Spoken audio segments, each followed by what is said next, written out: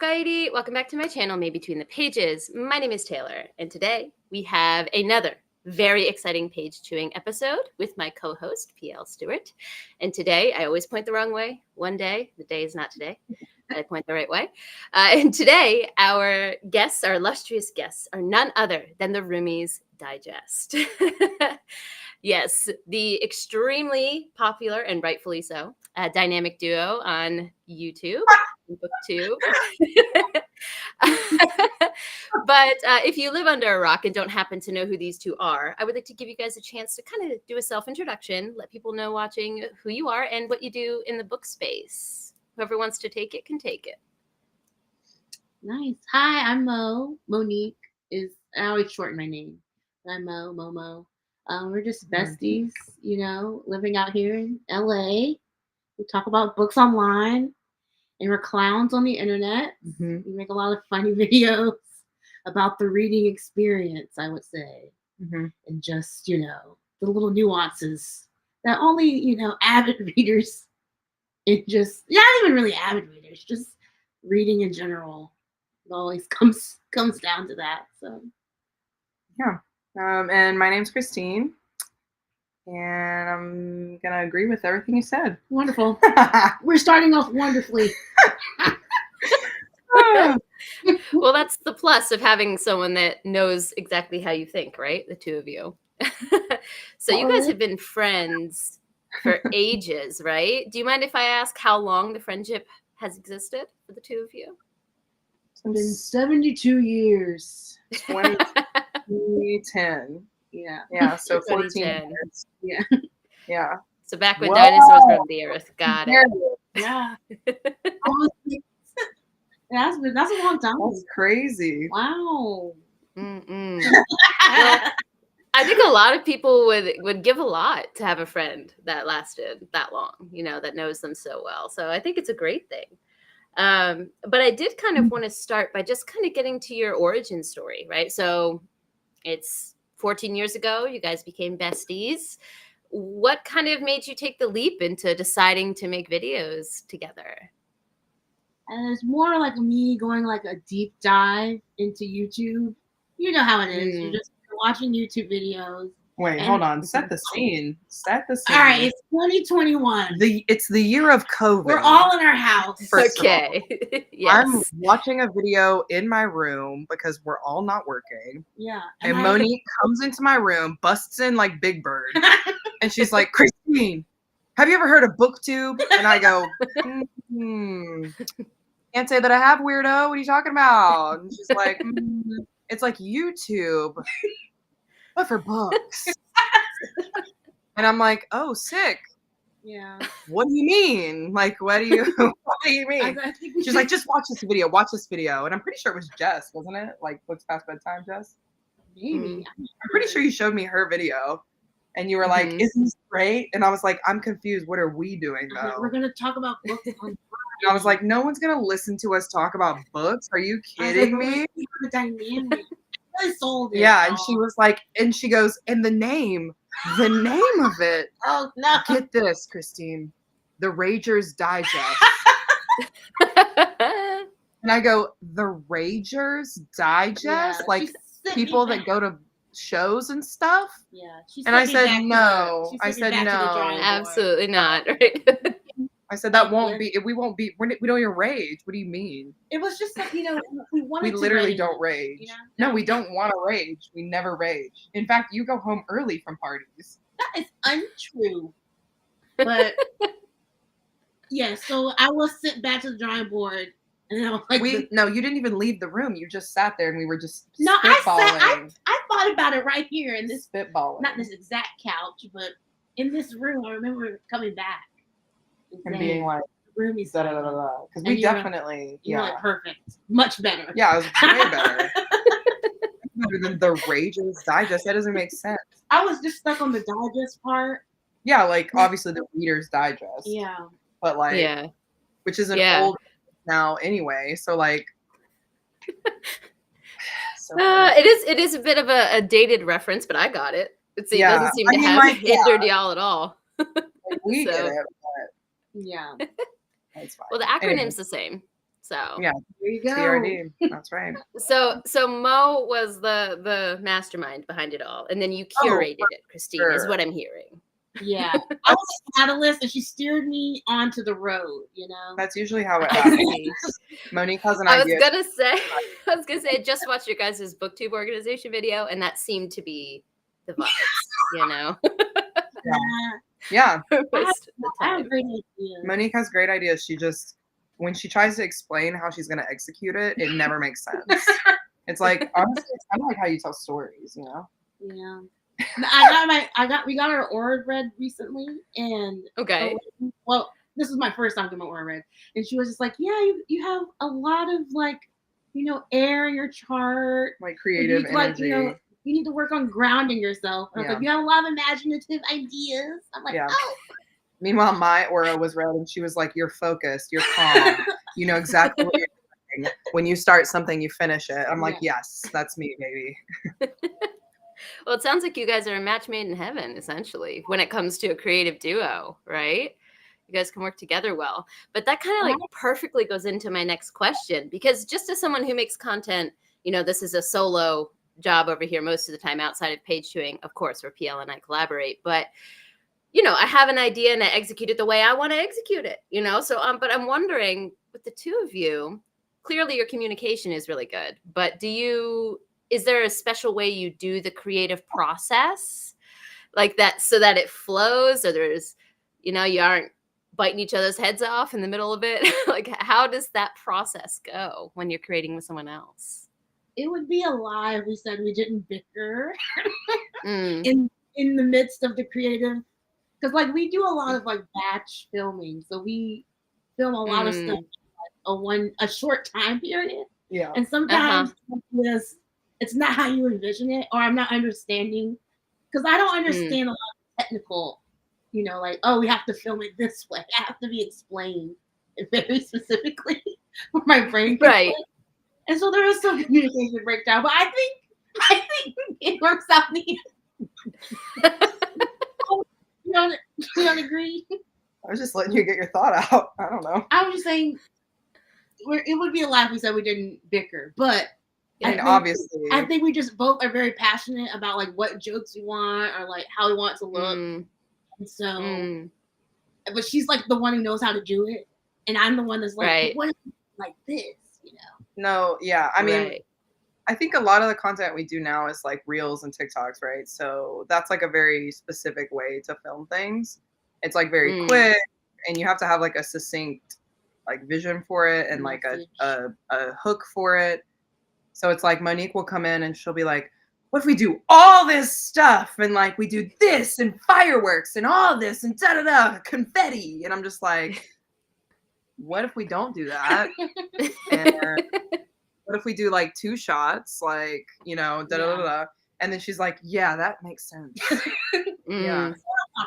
Yeah. So definitely, like, I mean, we have done our astrology sign like communication thing, and ours is like a black box. So like we have had to learn how to communicate with each other over the years. But I think because we have been friends for so long, like we understand like there's a point where like one of us will be getting on the other's nerves. Like it literally happened today when we were doing content, and we can sense it happening, and then we both just kind of chill. And then like 1 minute later, we're like, "So like, what do you think about this?" And then it's like, "Okay, it's fine." But like it's very like sibling-esque. Yeah, we're definitely for sure. Yeah, so that makes it easier. Yeah, the communication, learning to communicate rings true for me. Just as someone, my husband is Japanese. We don't speak the same language. So you have to learn how to go around that black box, like you mentioned. But I think that's realize it's not like malicious, right? Like when you're talking to somebody that you love, obviously, it's like, obviously you're getting on my nerves, but like, I'm not trying to hurt you. So like, if you have that in your, it makes it easier to be like, you're like, pull back, reassess for a second, breathe, and then come back to it. Yeah. No, that makes complete sense. Before we move on, though, I do want to pull up. We got some friends in the chat. We got Sid from Sid Forum, who has also been on the show. And she says, so happy I got to come Thank hang. Was really you. looking forward to y'all's chat. So glad you're here. We also have Tammy. Hey, Hi, Tammy. Tammy. This makes me so happy because I'm so thankful for the journey of my Booktube channel and all the spheres that I've been able to occupy the friend groups. But to me, who's in the chat now talking to you guys, this feels like when I OG entered. Like I was watching you guys, hanging out with Tammy and Sid. You know, it's just makes me happy that all of us have been brought back together here. Kind of crazy the way that that works. The internet, like just putting everybody in these circles and then they all converge. You just cling to the people that make you happy. And it's also interesting, you know, considering this is a creative thing that we all do, and it's not necessarily everyone's main source of income. People come in and out, you know, they have phases. People don't watch as much, and then there'll be these cycles where people watch a lot. You know, it's just, it's it's in flux constantly. I don't know if you guys have noticed that as well with your channel. No, for sure. Just personally, I agree. So yeah. That's also life, you know, it like ebbs and flows. So it's a place to come back to or stay connected to. Yeah. That does lead me to a question that's kind of a bridge between like books, which we haven't talked about yet, surprise, but books and also, you know, the channel and creative process and all that, which is, have you found that Booktube has changed your reading? And if you have found that, like in what way for you guys? Like for me, as an example, as a jumping off point, I find that I've read a lot of series I wouldn't have known. I started reading horror. Who is she? Like I am a little bitch. I can't watch horror movies. Absolutely not. Never would have dreamed. Here I am reading horror, you know? So there are a lot of things that I've tried that I wouldn't have before. And then on the other end, I find there's a lot more pressure to read more, which I know we've talked about in this space before. So there's like positives and negatives. But I'm wondering for you guys if anything sticks out as something that's shifted. I think when we first started, I'm not to comment on you, Christine, but I remember in the beginning, you were just like, you read so much book, and I felt like you were reading every popular book. And I remember you saying you didn't know if you like liked them all. So I don't know if that like were you like trying out new things because of what you've heard, or what do you think? I think for when we first started, I hadn't read for fun in a long time. And Monique had presented this idea of like being like a booktuber, right? And so I was like, I haven't read something since like the Magic Tree House, you know, like I need to like, I mean, that's an exaggeration, but like, that's what I felt like. I was like, oh my God, there's been years where I just have not read for fun. So because it was COVID and we didn't have jobs at that point, like, or well, we had jobs, we just weren't going into work. Yeah, it was more like, I have the time, I might as well like kind of catch up and like see like what people have been reading in the past, like whatever, 5 years, you know, whatever. So that's why I read so much, because I was just kind of going through like these books that were popular. And I wasn't really sure about my taste. Like, I know I've always been a fantasy reader, but like when I first started Booktube, I remember saying in our thing that I was like a historical fiction girly, right? Yeah.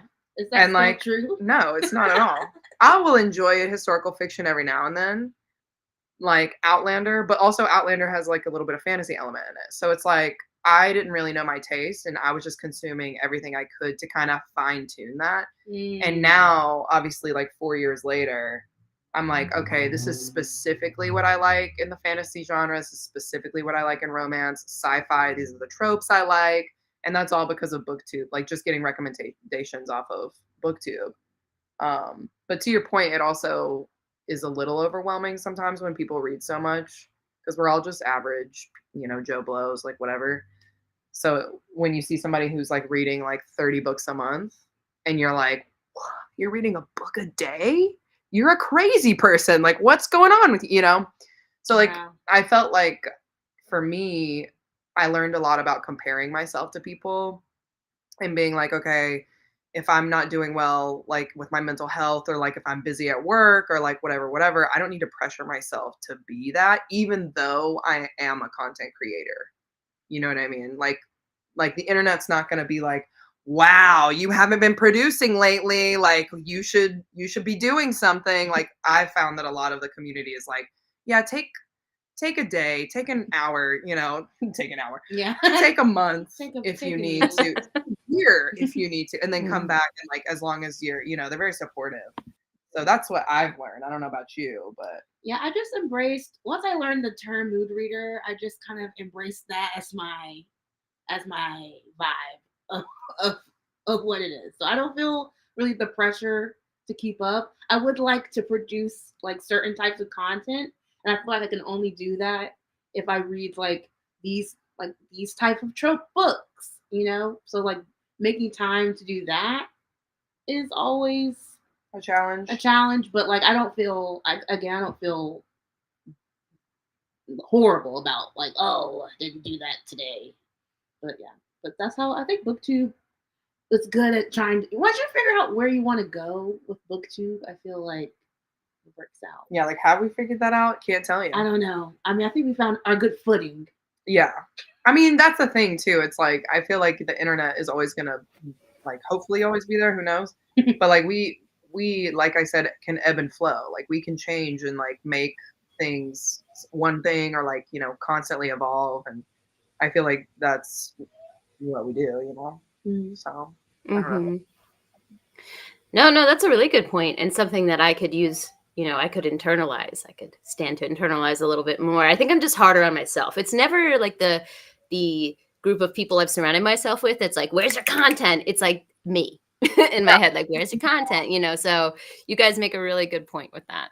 Well, that's everybody too. Like that's what you have to realize. It's like every single person is hard on themselves. Yeah. So I have you. And then we have Sid's comment says exactly how I felt, Christine. I felt like I had so much to catch up on in the beginning. Yeah. And I did want to kind of talk about this point a little bit and also bring PL into this because I know PL was like a lifelong reader. But then once he joined the Booktube space, I know we've had this discussion before, found out about Brandon Sanderson and was like, well, I feel like I have a little bit of FOMO not reading this, but this wasn't something that I was looking at before, right? So it's a beauty and a curse almost to have the world be blown open wide like that with Booktube. So I'm curious, PL, I guess I've never asked you this. Did you feel stressed when you started learning about all this other stuff as well? All these other authors? I think for me, it was more that I felt I wasn't nearly as well read as I should be. So, but to be well read, I had to read specific authors. And those are authors that, like when Moore and Christine are talking about finding your taste, I feel like I really knew what my tastes were. And I didn't really want to stray that far outside them. Not that I wasn't open-minded, but I was like, I don't really have any interest in that. But I feel like if I don't read that, then I can't count myself as quote unquote unread, especially if I'm supposed to be someone who's talking about books on YouTube. So I kind of said, okay, well, you know what? Expand the horizons and read that. And in some cases, I really didn't like it, just like I thought. And in some cases, I think I'll go as far as say I sort of like some of the stuff. And I'm glad I read it because, it's a good thing to step outside your comfort zone. But yeah, I did feel some pressure in that I felt as if I didn't read these certain books that almost everyone else on BookTube had read and was able to speak to with some kind of intelligence that I wasn't competent enough as a booktuber, let's say. So I did feel some of that. Yeah. So that's an excellent question, Taylor. That's how I did feel. Yeah. Especially like I think with fantasy and like sci-fi, right? There's a lot of pressure to read like the classics. Like Brandon Sanderson is a classic. And like I'm gonna be honest with you guys, I read Mistborn and I was bored out of my mind. I rated it 3 stars. I was like, this is a pick me. This is a what's the trope? Like a chosen one trope. Like Chosen there's one? special like about it, blah blah. Oh, you're in good company here because even as a Brandon Sanderson fan, Mistborn slander is allowed on this channel. Yeah, like that first era is not his best. and that's what people keep telling me. And I'm like, but there's something in me that's like, I don't want to have to read 5 books to get to, you know what I mean? So I think completely valid. I just paused that because I was like, okay, listen, I need to know like what the best one is, and I'll go from there. But also same thing with Dune. I remember people were just telling me to read that book. It's like classic sci-fi, da da da da. And I actually really liked Dune as a book. It is chaotic and like, you know, the POV changes within the chapter are crazy and like you're just like, who's speaking? I can't tell you, like whatever. But like I am glad that I've read books like that because then I actually do have an opinion and I can say like I love it when people are like, this is my favorite book, and I'm just like, oh. You feel for people who don't like it, you know? So yeah. I'm not afraid to like say I don't like a book because I don't take it personally, and like hopefully other people don't either. But like that's just taste, you know? So yeah. Well, talking about what Booktube has taught you, got a thick skin. You know, you got to have one, you know, and if someone says they don't like your favorite book and that ruins your whole week, I think you have to reassess if you should be talking about books in public. Yeah. You know? Because like, yeah, I don't know about that. You know, like people are always very just like on you, like watching. Yeah. You know? So you just kind of have to be like, all right, well, you just put it out there. I remember being sensitive at first. Yeah, you were, but you oh, I don't care now. I'm like, all right, cool. As much. Yeah. Well, it depends on what they say. You know what I mean? Like if they talk about the book, but if they start talking about me, I'm like, all right, let me throw hands, you know. But, well, here's the thing though. That person doesn't know how to critique if they do that. Right. Because like you need to like speak about, you know, the book or like themselves. Like in my opinion, this is what I think. So it's a learning experience. It is for sure. But since we've talked about kind of how your tastes may have changed or you found them over time, I think this is a really good time to ask a question that I like to ask booktubers we interview, which is a 3 to 5 book snapshot of your current taste. So you don't have to hold to this forever. It's not your all-time favorite books, but a 3 to 5 book kind of list of how, you know, what people might be able to associate with your reading taste. And I know when these types of questions are asked, we forget every book we've ever read. So feel free, pull out the Goodreads, look behind you, whatever you need to do. But I would love to hear your guys' answer to that. Do you want me to go first or you want to go? You can go for it. I don't care. One and two. 1, 2, 3, go. Yeah, just go. Just to say it. I'm really enjoying like Abby Jimenez right now. Yeah, you are. I yes, you are. I'm reading romance. Who is she? No, I am a romance girly. But I really like Part of Your World. Wait. No, it's Yours Truly. Yours Truly is my favorite one in the Part of Your World series. And then I love that you started with one I recommended though. Yeah, but that's not my favorite one. Yeah, but like that's amazing. No, I feel really good about that. No. Okay, yeah, fine. Take credit. I was telling Monique to read Abby Jimenez for like over a year. Yeah. And she was just like, no, I'm good. No, I'm good. And then she read the first one and she was like, oh my God, I love Abby Jimenez. Oh my God. You were right. Yeah, exactly. Thanks. You're right. And then I actually really like Dan Brown. So I like Da Vinci Code, but I think I'll say Da Vinci Code, but sometimes the one that's not talked about enough is Digital Fortress. So it's like a techno thriller type vibe. I like movies. I like books that seem like they could be like a action movie. And I feel like that's the vibe I get from Dan Brown's books. Okay. You want to do two? Yeah, I can one go. more. I need one more. Yeah, there's I mean, I've been really getting into like horror recently and sci-fi. I like used to read sci-fi a lot and I kind of like chilled for a while. And horror I've never really read before because I thought I was squeamish and now I'm realizing like I watch horror films. So like why would I be, you know what I mean? Why would I be weird about it in a book, you know? So I guess I'll start with the sci-fi. The sci-fi that I really enjoyed, like not so recently, it's called Velocity Weapon by Megan O'Keefe. It's like a cryo sleep trope. There's like action in it. Just very fun. Like all the things I pretty much like in a sci-fi, it's all put together. Also, obviously written by a woman. So that one is top of my list. And then I like have been obsessed with Catriona Ward for a while. I started off with Sundial with her, which is not her most like well-known one. I think Glass House on Needless Street is the one that everybody knows about.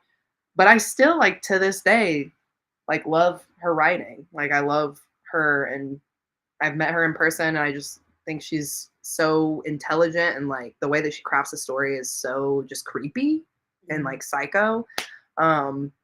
And so yeah, I'll have to say like Sundial. That one's still, I still think about that one. That's a good one. Yeah. I mean, Last House is pretty crazy too, but yeah.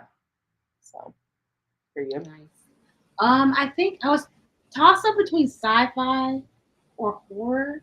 Okay. I think I'm gonna go sci-fi. I really like To Be Taught If Fortunate by Becky Chambers, I think. I'm making sure it's not Martha Will. You know, it's like the two interchangeable. Yeah, I know. Two, and then Nettie Okorafor. Yeah, I love that's actually yeah, I was like Binti. I love a like First Contact sci-fi. You book. really do. I love it.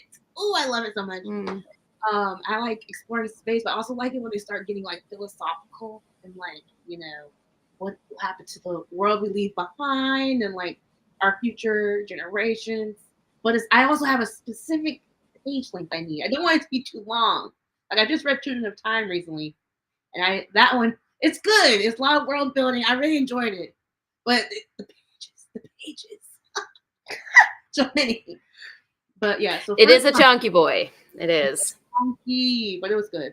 So yeah, those are my okay. And then oh, you have one more. Yeah, well, yeah, she said 3 to 5. I was going for 5. You know what I mean? Yeah, I mean, I think also like another genre that I really enjoy is romance. So I'm like very like, you can have a crappy romance and I'm gonna enjoy it. Like I have no taste for that, you know, like I really don't care. But one that's specifically like a genre, I guess, in the romance genre, subgenre, is like monster romances. Okay. I read those like I'm eating them like candy. Like it's just I'm nomming it up. Like I'm just gonna go with like a few series here. Like my favorites of all time is Ice Planet Barbarians. I talk about all the time. I'm not gonna go on it here, but I really do. The Big Blue Men, let's go. But going off that, like Ice Planet's kind of started me on that track. Recently, I've read this sci-fi series called Ensnared, which is like spider people. Oh. Listen, if you don't like spiders, don't read it. But like I had a great time. And it's giving the world building of Ice Planets. Because on the surface, it just seems like it's some kind of smutty novel. But like once you read the books, you're like, wait. They had a lot of I'm discovering things. Yeah, like I'm learning about the world. They've got like specific things going on with all the characters. Like there's work being done here. Okay. So I feel like I always need to talk about it because everybody's just like, oh, that's just a smutty book. Like it's just, you know, porn on a page, whatever. And I'm like, no, there's more going on here. Okay. But yeah, so like that's a subgenre that I've just had a lot of fun with. And yeah, I just wanted to mention because I feel like I used to talk about it all the time. I'd be screaming from the top of the roof. You really were. But I still love it. Okay, I still love it. I mean, yeah, I love romance a lot. Like there's so many romance series that I could probably list right here. Like Emily Henry, she's an auto buy, so you know, funny story. The Bee Tree is like the top one for me personally. That was actually as someone who doesn't read romance, even I know Beach Read. Like, yeah. I know that one. I was expecting like nothing, and I went in and I ended up crying. Yeah, she stayed up the whole night. I didn't expect anything from that book. I don't know what she put in there, but I was like, wow, okay. Yeah. Allie Hazelwood. I love a women in STEM. You know. Yeah. No, I really do. No, I said yeah. Oh, okay. I was like, I do like women in science, and. So she's an auto buy. I think I've listed 5 books. So yeah. I'm going to stop. But yeah. Romance. I think for my romances, I like to have like a neurodivergent character. Those are the ones I like, you know, like the Chloe Leese books, and also the Helen Huang books. Like, I mean, she's only got the trilogy, but I love an autistic character because it's like I just, you know, feel at home there. So yeah. And then, of course, fantasy.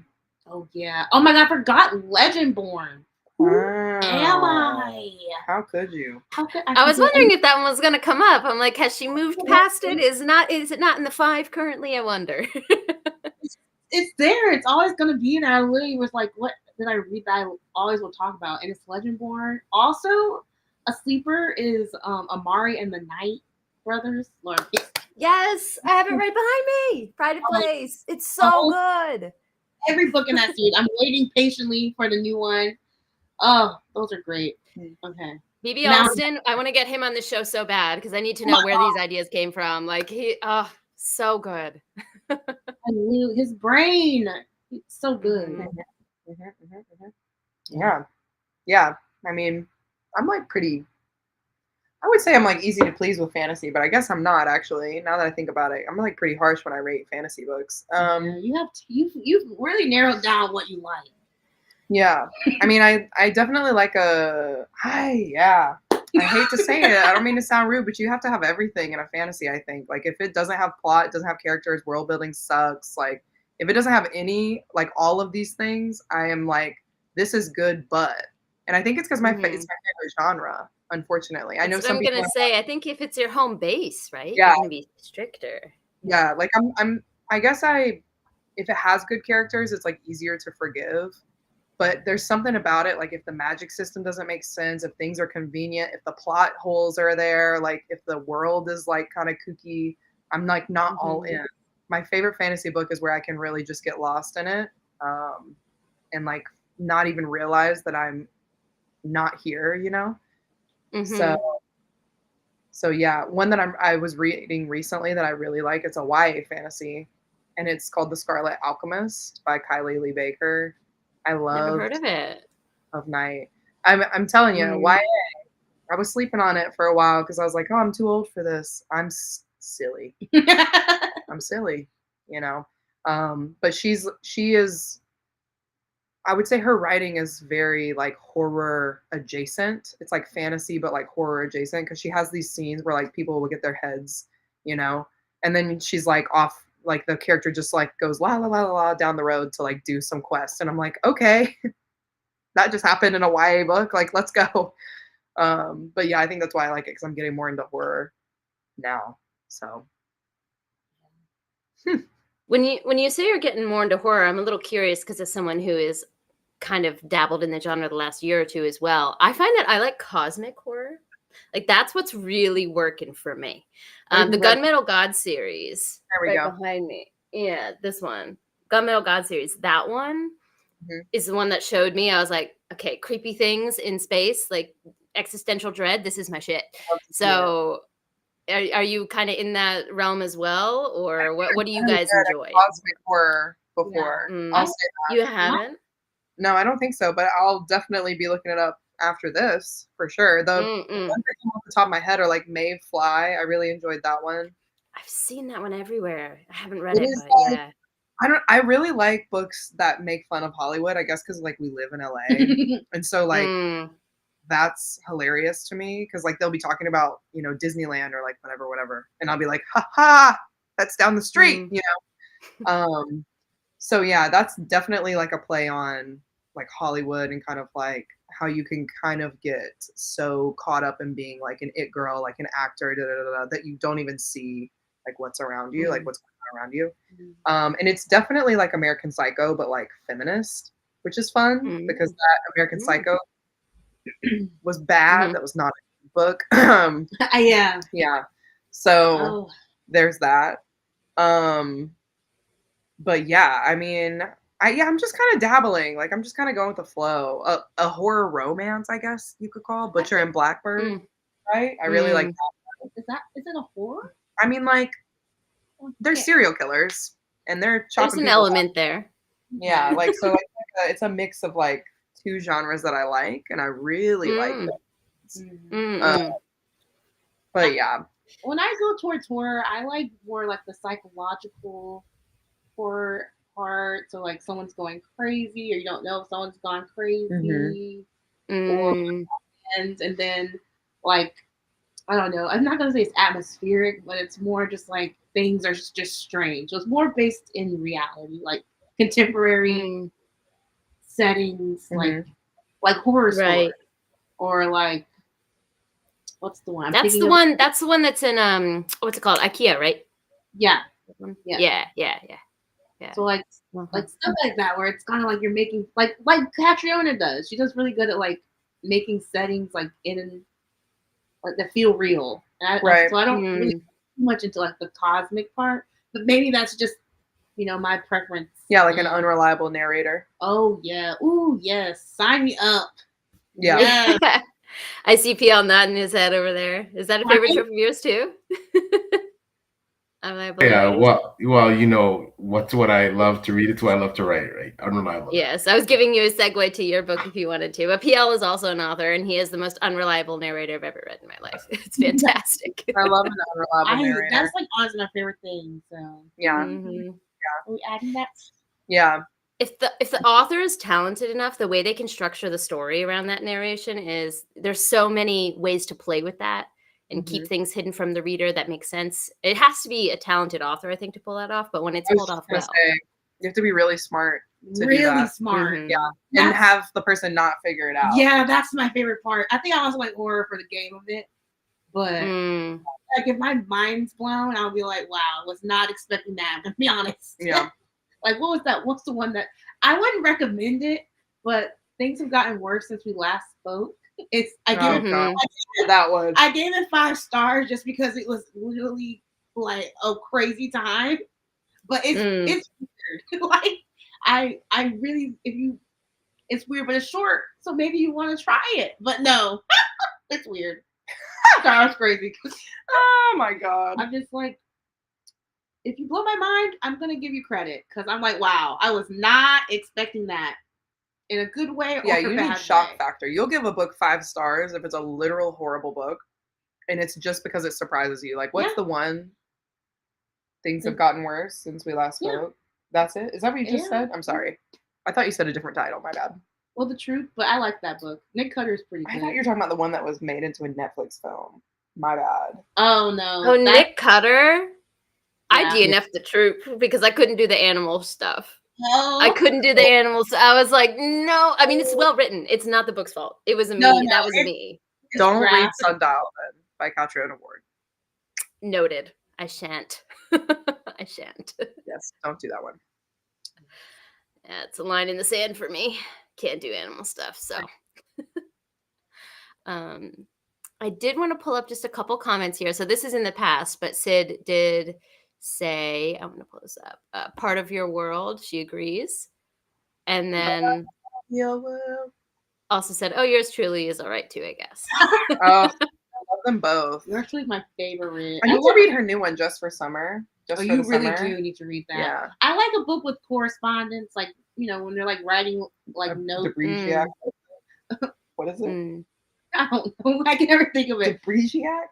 Debregiac. Siriano de Bergerac. Yeah, there we go. I like but it's not like that. That's not what yours truly is. Yeah, but like they write little post-its. They leave notes to each other. It's really cute.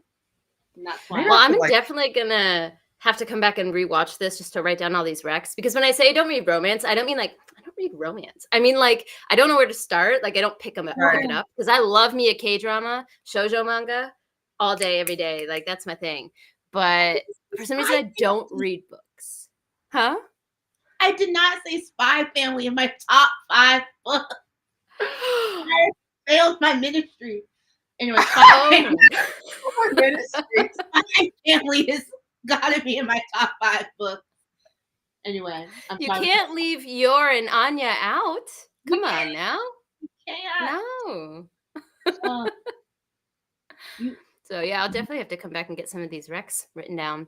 And Shauna had a question that says, Christine, have you read The Will of the Many? I'm currently halfway through, I think, and really loving it. It's giving Redway. Wow, that I don't know what that Redway Rising vibes. James Islington, I think, is the author for this one. I read his other book. Oh my gosh, I'm blanking on the name, but like it's an older Shadow book of the Lost. Yes. Shadow of What Was Lost. Mm-hmm. Not Sword of Pagan. Oh my god. Sword of Pagan is by Emma Wang. But yeah, so I read that book, Shadow of the Whatever. Okay. And it was for book club, and we talked about it, and I remember everyone just being like, oh. Like, we are very tired and bored and we don't know what's going on. And so I kind of was like put off from James. And it was like, we read that book right when his new book was coming out. And so everyone was like, I'm reading The Will of the Many. Like, da-da-da, it's so good. And I'm like, no one has taste. No one has taste. This is horrible. No. But I just kind of was like put off of it for a while. But it's on my want to read. I really do want to read it because Sydney has read it. Stephanie has read it. Like, my like fantasy people have read it and said that they like it. So I trust. I just have to like I feel like I need to almost be like held against my will to read it, you know? Like, they need to be like, okay, read this or something will happen, you know? So, because there's just so many books to read.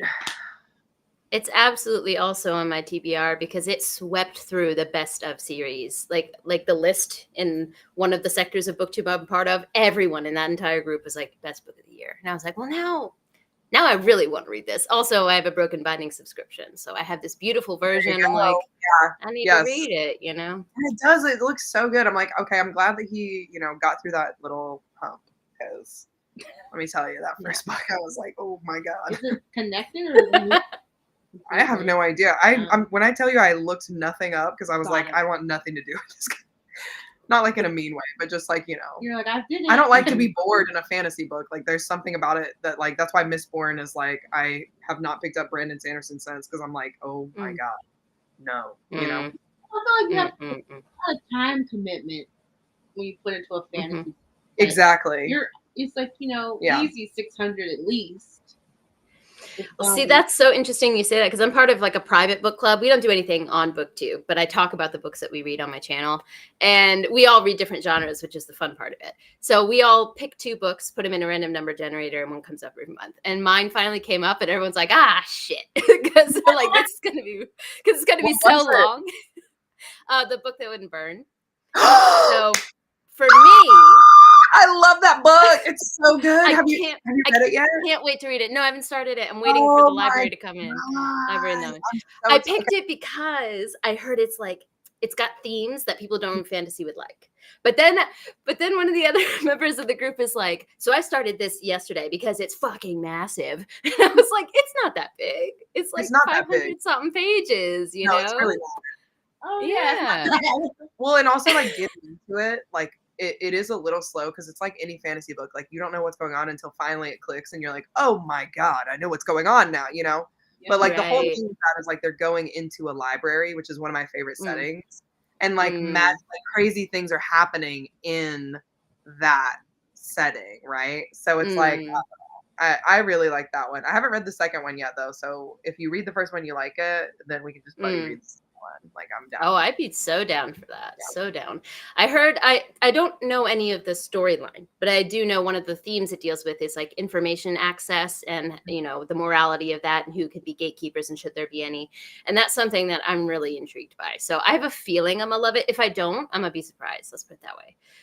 Because I have read Mark Lawrence's Book of the Ancestor books, Red Sister, Grey Sister, and I skipped one. Whatever, that trilogy. And there were elements of it I really liked, and elements that did not work for me. But the fact that this is a completely different setting and has like more thematic work, because what I wasn't a huge fan of was some of the character work. So this one sounds more thematic, which makes me think I'll really like it. So okay. Can't wait to see. Oh yay! I'll let you know. Did you read the Book That Wouldn't Burn yet, PL? No, it's on my TBR. That's like my endless TBR. From Lawrence, I've read obviously Broken Empire, which is pretty dark and pretty crazy. And you know, I mean, I did love a lot of elements of that series. Actually, my favorite series from Mark Lawrence is actually Red Queen's War. That's actually my favorite. I think it's I don't need to have this element, but I absolutely ate up the buddy dynamic between the 2 main characters, and the one of the main characters like a cad. He's like this, you know, rogue kind of layabout guy, but hilarious. And Mark Lawrence has that dry British ironic sense of humor that's, you know, really cutting that I really enjoy too. So yeah. I do want to read a lot more of his stuff. With that library trilogy, Philip Chase, he raves about Mark Lawrence raised about that. So I read now hearing Christine wreck it, like, yeah, and I know it's on your TBR tale. Yeah, I got to get to it, but yeah, all in good time. Yeah, I hope you guys like TBR. I've just accepted the TBR is going to be there until the day I die. I just got to pick which ones I'm going to prioritize from it. Yeah. But that does kind of, if you allow me to bring it a little bit back to content creation, a little bit less about the books themselves, is oh my God, my comment just left my brain. It'll come back. Oh, right. So you both do YouTube, as well as you've got a Patreon, you're on Instagram, you're on TikTok. You've got all of these different avenues where you release content. So, and I know on Patreon as well, you both have your individual book clubs. I think, Mo, you're doing the baking book club, which is so cool. Combining books and food. I love it. One of my favorite series I do is Booktube Bartender. Like, combining that is so fun. And then, Christine, I know you have yours as well, fantasy based. So there's just so much to be filmed and put out and in different formats that I'm wondering how you guys, you don't have to give us the secrets behind the scenes, but is there a way that you structure that or approach different platforms in a separate way? Like right now I'm filming a reread vlog that's a secret, and like my usual Japan life vlog. And this is my first time doing that. And balancing filming 2 vlogs at the same time is a trip. Like I'm so not used to it. So much respect for all the different avenues you guys do. Is there a technique? Is there a way you approach it? I think we just tackle what's due, like what's first. So I think we have like a content calendar. Yeah. So we have this ancient way of writing things down, which is just physically pen and paper. Yeah, on a calendar that we put on our fridge. And so we'll put, we need to do this by this. We're doing this. We're doing this. We're doing this. And based on that, we'll make content. It will for that. hasten which content needs to be out. Yeah, which has to be first. But like filming vlogs, like multiple vlogs at once, that is like so hard because you're trying to do different things. Yeah, you're trying to first of all read 2 things at once, which is hard. It's to like have thoughts, but then also you're trying to like film while the light is out. You're trying to film in an outfit that's not the same as the one that you're doing in the same vlog. Like you're trying to also edit while you go, so you don't have like 2 massive vlogs to do, while also like keeping the time element in there. So it's like that is like you're figuring that out right now. Like that is really hard. And I'm gonna be honest, like there's a lot of times when like we'll try and do something and like we'll just scrap it because like we can't do it, But I think for us, just kind of going back to that, like we're not perfect and like everything's evolving. Like we're trying to figure out like having full-time jobs while also creating content. Pretty much like we literally work 6 days a week because Sunday is like our content creation day. Yeah. And so it's like we don't really have. We're just trying to figure it out. Yeah, we work a lot. we're literally just trying to figure it out. Yeah. And like I said before, it's really nice that like the community is so gracious because I feel like sometimes we don't put out stuff on YouTube, and then we'll put out a video and people will be like, "Hey, missed ya. Where you been? What's going on?" But like, glad to see you. And we're just like, yeah, we're still here. We're still hanging on.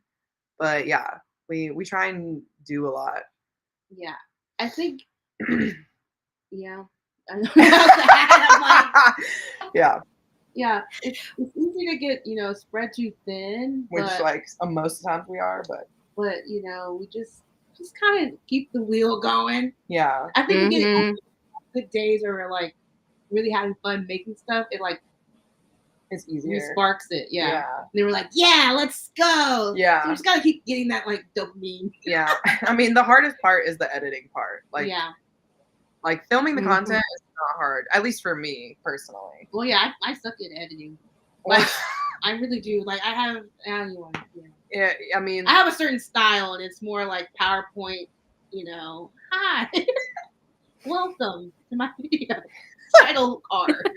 I mean, yeah, editing is like a job in and of itself. Yeah. So I don't know. We're trying to figure it out. Really, I don't think there's any rhyme or reason other than like the content calendar where we're like potentially our month could look like this, you know. Yeah. Mm-hmm. On the fridge was a game changer. Yeah. We used to have our own calendars that we managed separately, but then we have our own schedules. Yeah. So then things change. But like now that if I see you mark something out, I'll be like, what happened here? What? Like, oh, I have to go into work today, or blah blah blah. Yeah. So it's definitely good to have a physical calendar, right? You see all the time on the fridge is helpful. She's saying this to herself, just so we all know. No, I'm saying it to people who have a little bit of ADHD. Yeah. You know? Yeah. It's easy to forget a lot of time.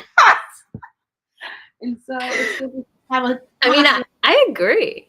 I'm also, I live in the Stone Age. I have a written calendar, write everything down. I highlight. I use a color code. It just, if I don't write, if I put it in my phone. Yes. Wait, tell me why.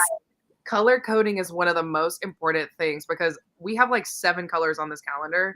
And like when Monique writes the calendar, she can't stand it. Because first of all, her handwriting's this big. It's like the size of an ant. Second of all, I love you, but I can't read bad it. Handwriting. Yeah. And then third of all, she color codes. So like we have color codes for like Patreon, Instagram, Book Talk, Yes. YouTube. And then we do like social stuff. So like stuff where we're actually hanging out with our friends. Like it's sad that we have to do that, but like we're going to a wedding this day. This is the color code. And then a color code for like events we have to go to. Oh yeah, like events that we like sponsored events that we're going to or like whatever. So it's like our lives are very like down to the T. And yeah, I'm telling you that color coding. Ooh, I know. She can't stand when I make the calendar because it's really just scribbling. Yeah, she did it this month, and it's like I can't even read. I don't even look at it. It's so ugly. I'm so sorry. Look at it. I can't read it. Sorry, I'm not a calligrapher. Calligrapher. Oh my god. Anyway, yeah. Really, that's like I think what's changed it. We try new things. We try new things to see what works, and the physical has definitely helped. So yeah, I guess in a connection to that, because you do so many platforms, I just once I saw TikTok, I'm like, that's great for y'all. Y'all can have it. Because I just knew it wasn't for me. These long form content videos, with page chewing and stuff, this is where I sit and I'm happy. So short form content, YouTube keeps trying to get me do reels. And I'm not saying that it wouldn't be helpful. I'm just saying that that's not how I'm built. So right. I'm curious, when you guys approach like short form content, is there a completely different creative process? Do you like cut longer videos? Because that makes a lot of sense to me. To do the work one time and cut it up and post it. Like, I as someone who has no idea where to start or might not ever with short form, I would still like to hear how you guys approach that. Actually yesterday I just had the idea that we could start cutting from our like streams and like pull funny bits, but we don't normally do that. Normally we just have like if we like are enjoying a book or something, we'll just turn the camera on and talk about it and then speed that up a little bit and bam, that's a review or something. I think we kind of have like an idea what something will be funny. Like we'll hear sounds on TikTok, or I will, and I'll be like, oh, that would be funny if we made a joke about this. It's always kind of like what is funny or what I think is funny or what Christine might think is funny, and then we build a short form from that. Right? Yeah. So yeah, I mean, it's different content is the short answer to your question. Oh, yeah, like it's definitely different. Like when we do long form videos, our goal when we started our channel was to build community and make it feel like you're talking to like your two friends, right? So like when we're hanging out, we're all just hanging out together and we're talking about books. Yeah. That's a different vibe than like reels and TikToks. Yeah. Because those are very much like they want to know the information in like 6 seconds or 30 seconds or whatever. And it has to be high energy. It's got to be like, you got to have a hook. And sometimes we do that. Sometimes we don't. Like sometimes we hit it. Sometimes we don't. But the goal for those is to be more like funny and like relatable because we're not aesthetic. Like we're not trying to be that channel. Yeah. Like even though we do fun stuff and it would be fun to record it, it's just in the moment when like you're experiencing these fun events or like book events or whatever. like, we don't take the aesthetic shots. We take like the thing where we turn on the camera and we're like, guys, we're at a book fair, you know, like what's going on? Yeah. The Gollum noise. Oh yeah. Monique was like, I was telling her about this one, but we were at a bookshop, a new bookshop that we've never been to. And I was telling her about this book and how excited I was. And she was like, what's the one voice from Gollum? Like, do the Gollum. And so I like literally like we filmed like a little like thing where I'm like acting like Gollum about this book. And so it's like that's like short term, like or short form like content we do. Whereas with YouTube, it's a little more serious. Yeah. You know. It's funny because honestly, I know we're not as active, but I do consider us booktubers because that's where we started. And we only went to short form to tell people that our videos were on YouTube. And then they got very popular. And we're like, no, that's not true. That is true for Hannah Montana. Yeah, but like you wanted to get into Reels. No, I didn't. I mean, it was popular. People liked it. So I said we should keep going. Our first reel, we were talking about a readathon. It was a Hannah Montana readathon. Yeah. Okay. And like, we're not Hannah Montana people. We got invited to do this by other people to like help host. And it was Monique's idea because she wanted to transition into Reels. She was like, Reels are going to be popular. No, you need to listen. You said this. Reels are going to be popular and we need to learn how to do it. Because Monique, like we have realized, she's the idea person. Okay. And she's like, yeah. And you were like, how? And you were like, how are we going to do it? And I remember it was nighttime like this. We had this lighting, this disgusting yellow light. And I was like, we can film this, but it's not going to look cute. And she was like, okay, whatever. Let's just do it. So we did our first reel. I'm pretty sure it's still on Instagram, like the Hannah Montana readathon. And I remember like, as soon as we did it, I started getting so many ideas for like content that we could do in like this small amount of time. Cause it essentially is like, what was the app that we used to do Musically or whatever? Yeah. TikTok before. Which like me and Monique have been making these videos. Yeah. What were you going to say? The other one. Dub Smash. Dub Smash. Yeah. Monique and I have been making these kind of videos, the small short form for like, I mean, since we've known each other. Yeah. And so it's like, we used to have this channel called Spoof where like we would just make these funny skits and like, you can probably still find that on YouTube. It's not good, but like, that's like, we've always produced video content. So it's like it was just like very in line with like, Monique was like, we need to do this. Like, this will be a popular thing. And at the time I was like, that's crazy. My memory was not. It's giving nothing. But then we did it. And I was like, all right, listen, we're about to do a recommendation video. We're about to do a bookshelf, like cleaning video. Like, I didn't even know what this stuff was called, you know? Yeah. She said TBR. And I said, what the hell is that? What is that? You know? So like, it's just interesting how like you knew that was going to be popular and that we needed to do it. Yeah. And you did the same thing with TikTok. You were like, we need to make a TikTok and we need to do like what we're doing on Instagram on TikTok. And you were like, I don't want to. I literally said, I am not a TikToker. I literally said that because I know myself. Like I don't relate to people online because I'm socially awkward. And so like when I'll come up to Monique and be like, isn't this such a funny idea? And she'll be like, no, that's not funny. I don't think No, yeah, you'll literally be like, that doesn't make sense. Like, whatever. And it's because, like, there's something, like, in my brain that doesn't do that kind of stuff well. So, like, when Monique's like, oh, I come up with the jokes and stuff, it's because, like, she's, like, very cued into that. And, like, I do more of, like, okay, this is how we're going to film it. We need to look like this. It needs to be like this. So, like, I'm more of, like, what you would call it in film is, like, a cinematographer. And director. You are. And producer. And lighting and sound. So I'm just a writer that is now pulled into talent, I guess. Yeah. Writer Call me talent. John Krasinski. Yeah.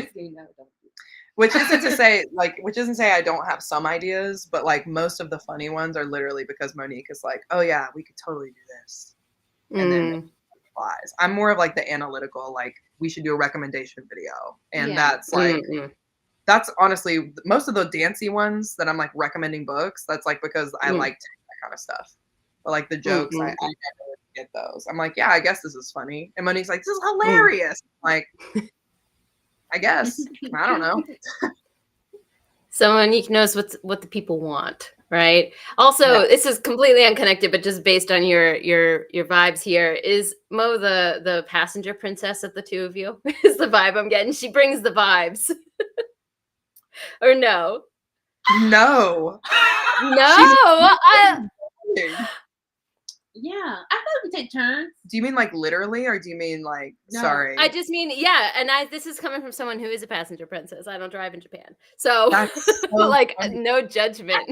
I think I do. Okay, so for a long time. Oh, fine. Oh, sorry, I didn't mean to bring For a something long up. time, Monique's car didn't work.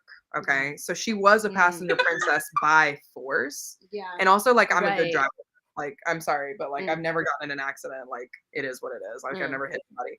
And yeah, you were a passenger princess for a while, but then Monique got a new car, and my car became the old car.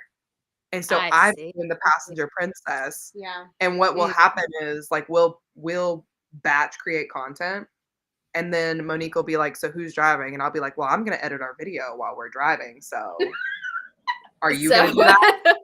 And then she'll be like, and she'll like get her keys out and like she drives us. So I think I'm definitely the way that I put your little heater on. The thing about Christine, because I put the car seat heater on. I'm putting my feet up on the dash. Like I am the passenger princess. You are the passenger princess. That is the definition.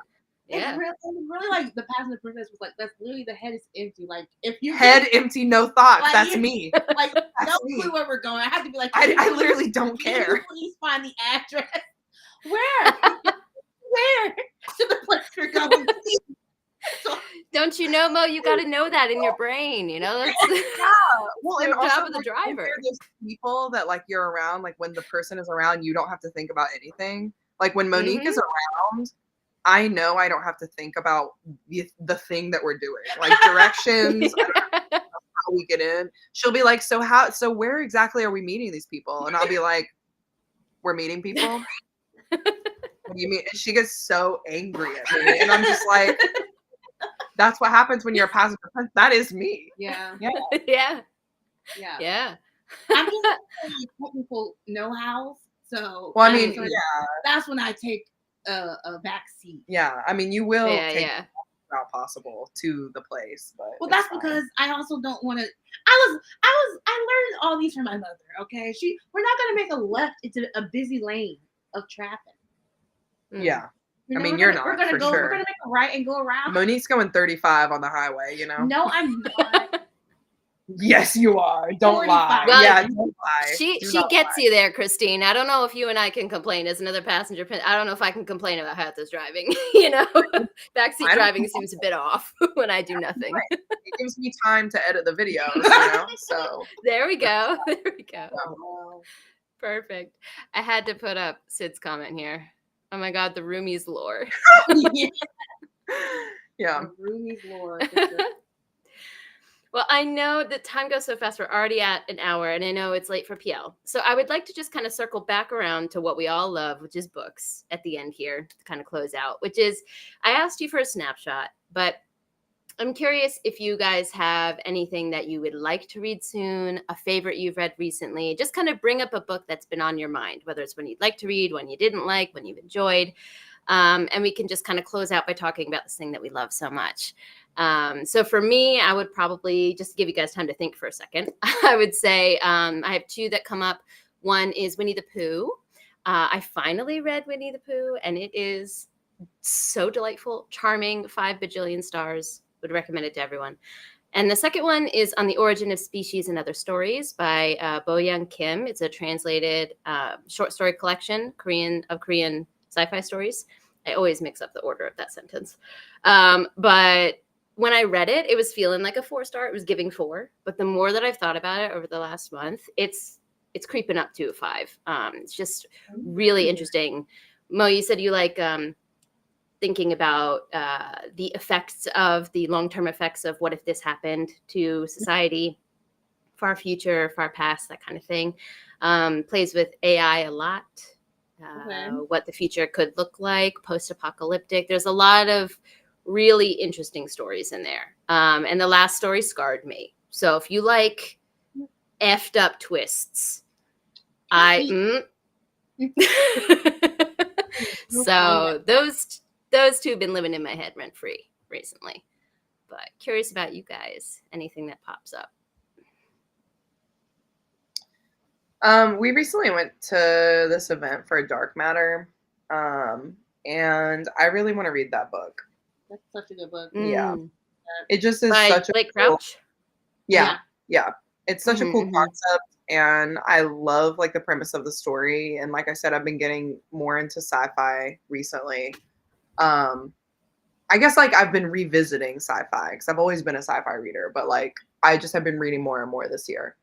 So that is definitely like top of the list, top of the list.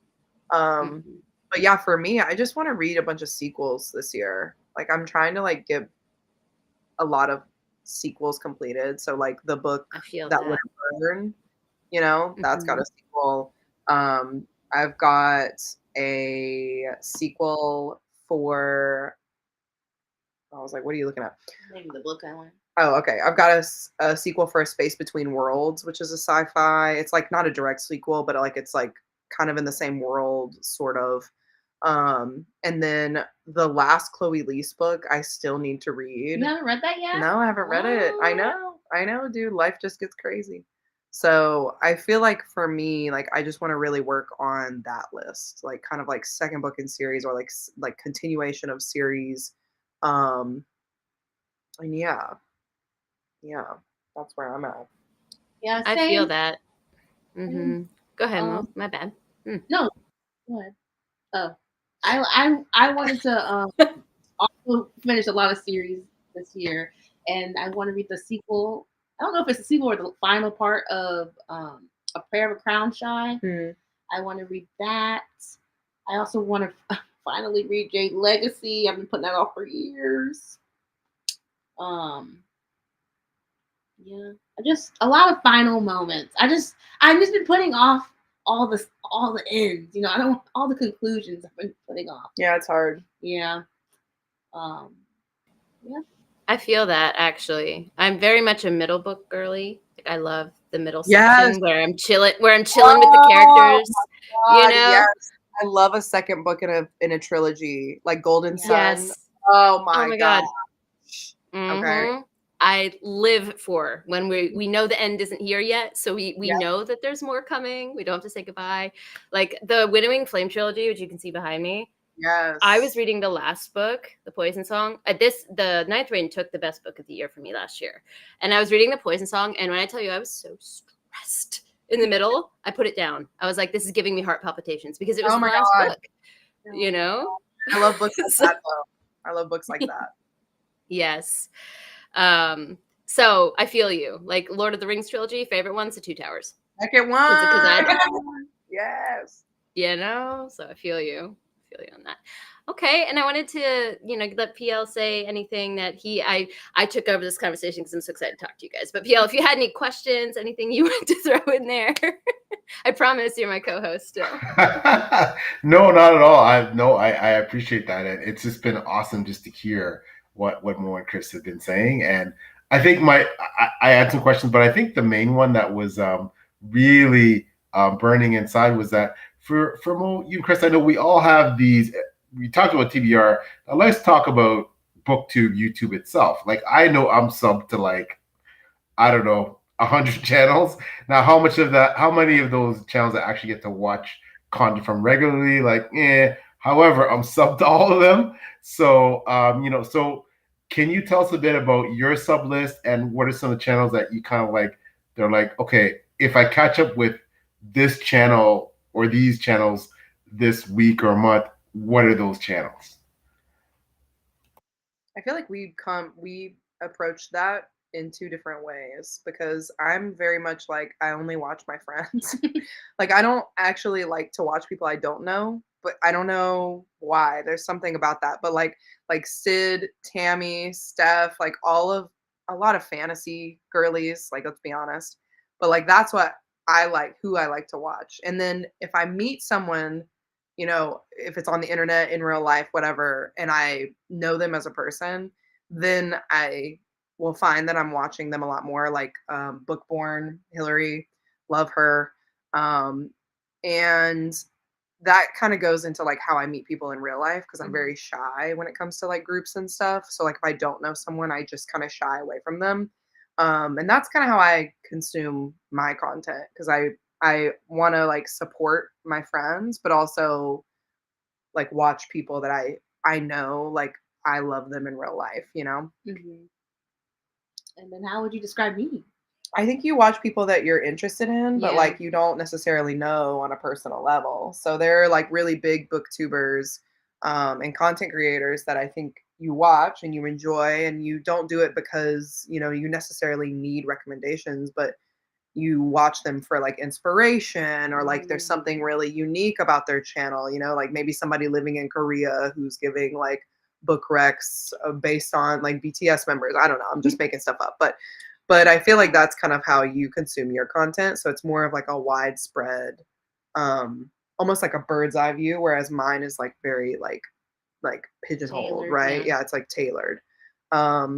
And yeah, I mean, I think that speaks to our personalities too. Like we're very different in a lot of ways. Yeah, my watch later definitely is, you know, it's pretty filled. There's a lot of stuff I want to watch.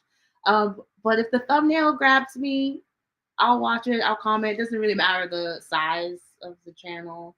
I watch people who have like you know, not many views, and I'm just like, wow, is this a cool idea? Mm-hmm. Or I'll watch, you know, Jack Edwards or something. He'll be like, I did this for 45 days or whatever idea he's got.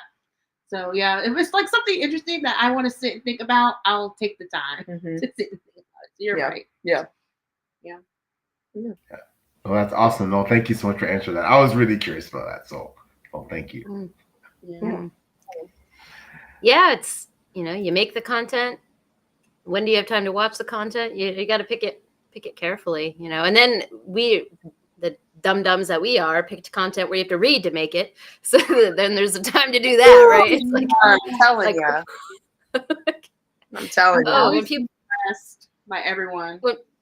When people do like movie reviews, you know, and they can put them out like that, I'm like, oh, must be nice, because it's not possible. Yeah, we're lucky if we can read like an audiobook in 3 hours, you know, like come on now, right? And like retain it, yeah, and the plot and exactly. But like that goes like, I mean, I will give like one piece of advice for anyone who's a content creator for books. If you're getting into it to like, you know, make money, like first of all, don't get into it because you love it. Yeah. And you want to put the time into it, you know, but also if you are making money off of it, like you are getting sponsored and like doing partnerships and stuff, never sell yourself short, because it is a lot of work and it is a lot of time, and a lot of people who, you know, want to partner with you, they don't necessarily think about that. They just think about the end product.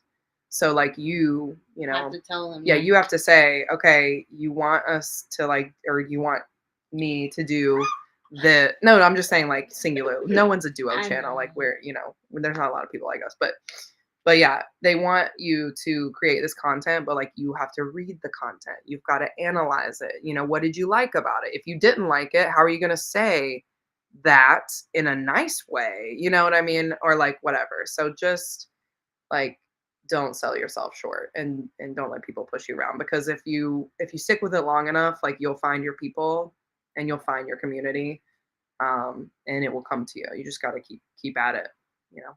So not to leave with wise words, but you should always. Yeah. Now, that is fantastic advice. It really, really is. As someone who, you know, my husband's a chef, and he wants to start making cooking videos, and we made the first one for patrons. And when I tell you, learning how to edit like a new style of video, I didn't realize how used to book videos I'd gotten. So I just want to second what Christine says, because it does take time. You have to learn skills, and even making the cooking video, you know, I have to translate his Japanese. It's a lot. So make sure that you're getting what you're worth, because content creation is not easy. It's, you know, a lucky job to have, don't get me wrong, but it shouldn't be looked down upon, I don't think. 100%. Okay, well, I don't want to keep you guys way too much longer. So let's just go ahead and give you guys a chance to sign off. PL as well. We'll start with Mo and Christine, but if you can tell people where they can find you, we will have the link to the YouTube and the TikToks and all those things down below. But if you can just tell people where to find you, maybe some exciting stuff you've got coming out, hype us up, let us know what you're doing. And then for PL as well, let people know where they can find you. So maybe start with the guests. Sure. So like you kind of already mentioned, we're on YouTube, TikTok, Instagram. We have a Patreon. And all of it is like this little guy right here, the Roomies Digest. So you can find us at that. And yeah, I mean, I feel like we're doing stuff all the time. We pretty much put out reels and TikToks every other day or every day if we can. So if you just want to come by and have a little laugh, you can check that out. No big deal. But as far as like our YouTube goes, we do like a series on there where a patron picks our TBR, where a patron will tell us what book to read, and they also control our day. So I think that's the next video that we're putting out. Yeah. So there's that. And then also I do a Kindle Unlimited reading vlog every year. And that one will be coming out soon. I feel like those are people always love those because it's Kindle. I compared the adaptions for Three Body Problem. So I have a vlog for that too coming out. And yeah, lots to look forward to. Yeah, we're also like hosting a readathon. I don't know if anybody is like in that right now, but it's the tarot readathon. So we have sprints for that coming up this week, literally tomorrow, if you guys are around and you want to read.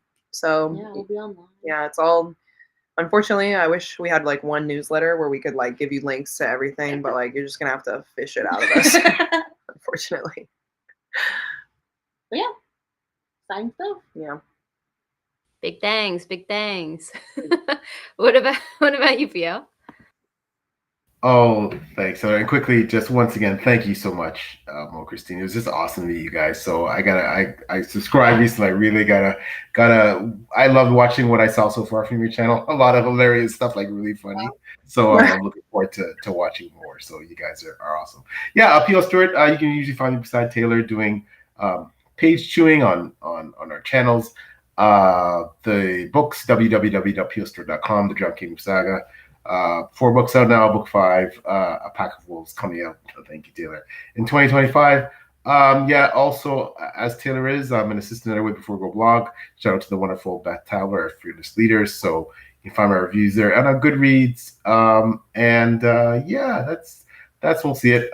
All the socials, Instagram, Twitter, Facebook, etc. It's P.L. Stuart Writes. That's what the handle is for all of them. So. Nice. Thank you. So just in case you're watching this video and you're here from the Roomies channel, my name is Taylor. My channel is Made Between the Pages. I do book reviews, lots of vlogs. Been doing a lot of Japan life reading vlogs recently. I have a mythology video coming out that I'm very excited for, hopefully by the end of the month. Love that. Like PL said, I am an assistant editor over on Before We Go blog and a SPIFBO judge. So self-published fantasy blog off judge, and that's in process. So reviews to come out soon for that. But for everyone watching, whether it's live, and I wanted to bring up this comment, speaking of people who are here live, thanks for the phenomenal chat, guys. Thank you for being here, Sid. For anyone here live or watching the replay, it is you guys that make this channel or this series what it is. So thank you for being here and interacting with us. And once again, Roomies Digest, Mo and Christine, thank you for being so generous with your time. I know you guys are busy, but we had such a fantastic time talking to you guys. Hold on, I got to put this up. Hold on. I don't like cutting off my sign out, but oh my God, Taylor, leave for Tokyo in under 30 hours. Sid, she had messaged me for some advice about like the plane ride and stuff, and I didn't know it was so soon. Oh, I'm so happy for you. You have to send me updates. Call me if you need something translated. I got you. All right. That's so fun. I just had to put that up. Yeah. Like, maybe in like 2 years, you know? Mm-hmm. Well, you have a free tour guide if you do come here. I'm not in Tokyo, but you know. Well, once again, thank you so much, everyone, for being here, and we will see you on the next page chewing episode. But for now,